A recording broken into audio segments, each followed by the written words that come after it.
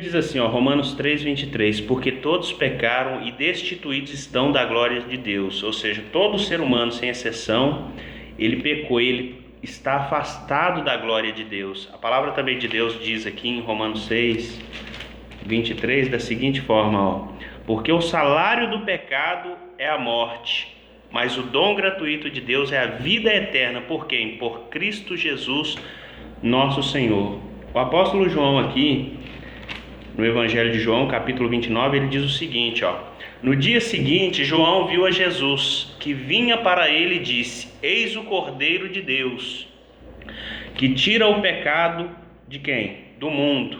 Esse mundo aqui são todas as pessoas, como diz lá em Romanos 3:23, todos, o mundo pecou e está destituído da glória de Deus. Aqui ele diz: eis aí o Cordeiro de Deus que tira o pecado do mundo. João 1:36, ele repete novamente dizendo, ó: e vendo passar a Jesus, disse: eis aqui o Cordeiro de Deus.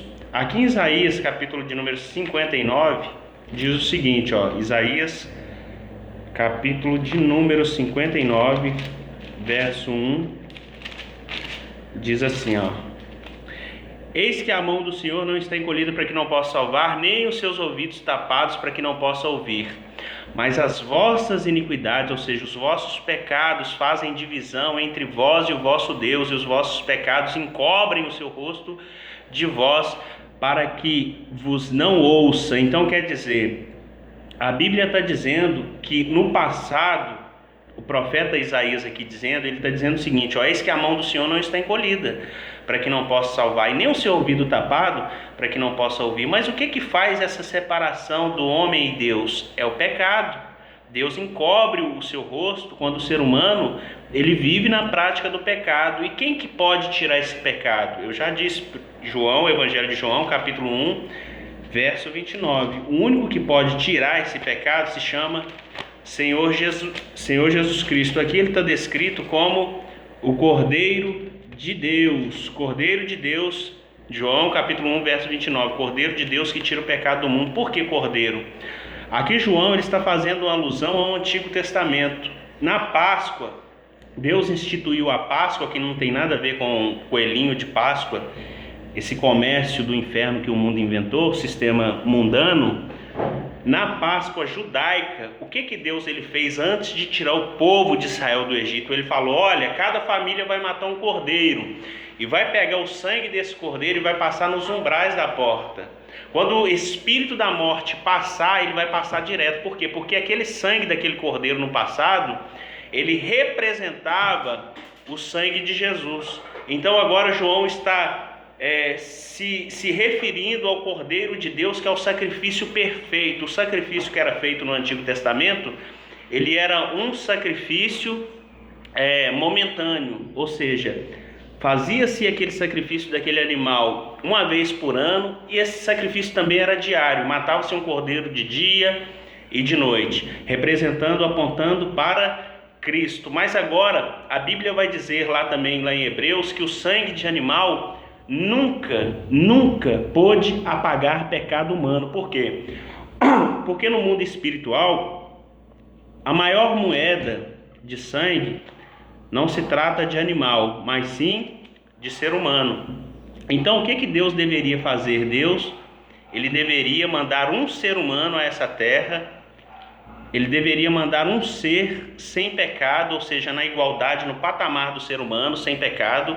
Porque muitas das vezes você pode dizer o seguinte: mas por que poderia ter morrido qualquer pessoa para tirar o pecado do mundo? Não. Todos nós pecamos, como está escrito aqui em Romanos 6:23. Todos pecamos, como está escrito aqui, ó. Romanos 3:23 diz assim, ó: porque todos pecaram e destituídos estão da glória de Deus. Então o ser humano pecador não podia também tirar pecado de outro ser humano pecador. O pecado do ser humano, ele só poderia ser tirado, ser lançado em outro ser, se esse ser fosse pecado. Olha a palavra aqui que diz em Gálatas o seguinte, que Jesus ele estava sob a lei quando ele veio a esse mundo, e ele obedeceu todos os preceitos da lei. Aquilo que nenhum ser humano pôde fazer, Jesus ele fez. Todos nós somos pecadores a partir do momento que nós nascemos, a partir do momento que a nossa mãe, ela nos dá a luz ali no hospital ou aonde quer que seja, a partir daquele momento nós já trazemos consigo a natureza pecaminosa de Adão, que são os nossos pais na carne. Porque Davi ele diz assim, Salmos 51, verso de número 5, eis que em iniquidade fui formado, e em pecado me concebeu a minha mãe. Então quer dizer, Davi está dizendo que em pecado, então se eu vim de um pecador, eu carrego consigo a natureza pecaminosa em mim. Por exemplo, uma criança, quando ela nasce, você não precisa de ensinar ela a fazer o mal, ela já vem com isso consigo. Por exemplo, uma criança, se ela tiver com um brinquedo, a outra criança tomar aquele brinquedo dela, ela vai bater, entendeu? Ela vai morder. Por quê? Ninguém ensina uma criança a morder, a bater, mas ela já faz isso desde pequenininha. Por quê? Porque ela já carrega consigo a natureza pecaminosa do ser humano. Ela nasceu de um pecador. Então Davi, ele não está errado, ele está certo quando ele fala que em iniquidade ele foi formado e em pecado concebeu a mãe dele.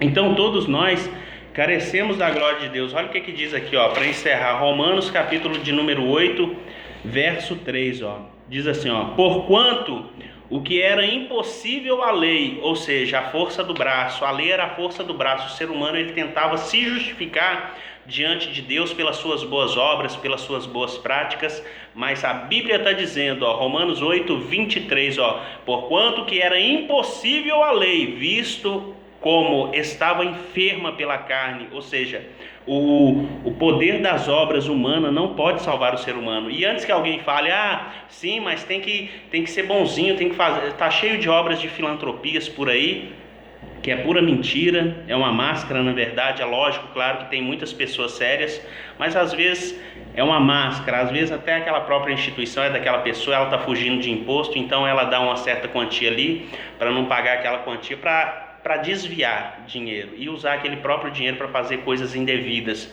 Então é lógico que existem pessoas sérias, mas a carne ela nunca pôde se justificar diante de Deus. A Bíblia diz, porque pela graça sois salvos mediante a fé, isso não vem de vós, é dom de Deus. Aí eu vou e falo, uma pessoa salva, ela pratica boas obras, e uma pessoa ela pode fazer boas obras sem Jesus Cristo como seu único Senhor e Salvador, ela não será salva. Se ela não confessar Jesus Cristo como seu único Senhor e Salvador, a Bíblia diz assim, com a boca se confessa a respeito da salvação, está escrito aqui, em Romanos 9 também está escrito isso, Romanos, capítulo de número 9, diz o seguinte,